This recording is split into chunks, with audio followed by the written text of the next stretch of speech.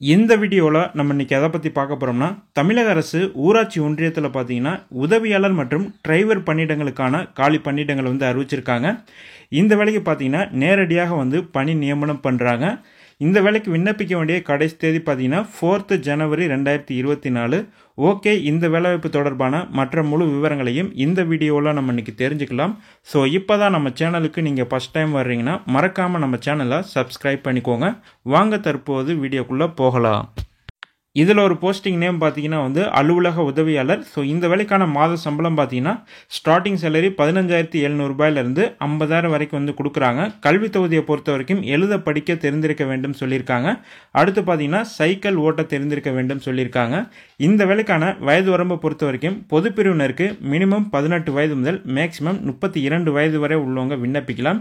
PC, MBC, DNC பிரிவினர் பார்த்தீங்கன்னா minimum 18 வயது முதல் மேக்சிமம் 32 வயது வரை உள்ளவங்க விண்ணப்பிக்கலாம்.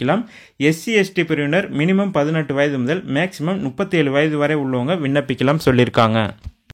அடுத்த போஸ்டிங் நேம் பார்த்தீங்கன்னா ஜீப் டிரைவர். இந்த வேலைக்கான மாத சம்பளம் பார்த்தீங்கன்னா 19,500 ரூபாயிலிருந்து 62,000 வரைக்கும் கொடுத்துருக்காங்க.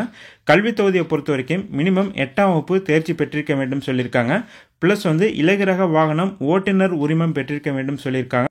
மேலும் வாகனம் ஓட்டுவதில் குறைந்தபட்சம் 5 ஆண்டுகளுக்கு முன் அனுபவம் பெற்றிருக்க வேண்டும் சொல்லியிருக்காங்க. வயது வரம்பை பொறுத்த வரைக்கும் மினிமம் 18 வயது முதல் மேக்சிமம் 37 வயது வரை உள்ளவங்க விண்ணப்பிக்கலாம் சொல்லியிருக்காங்க.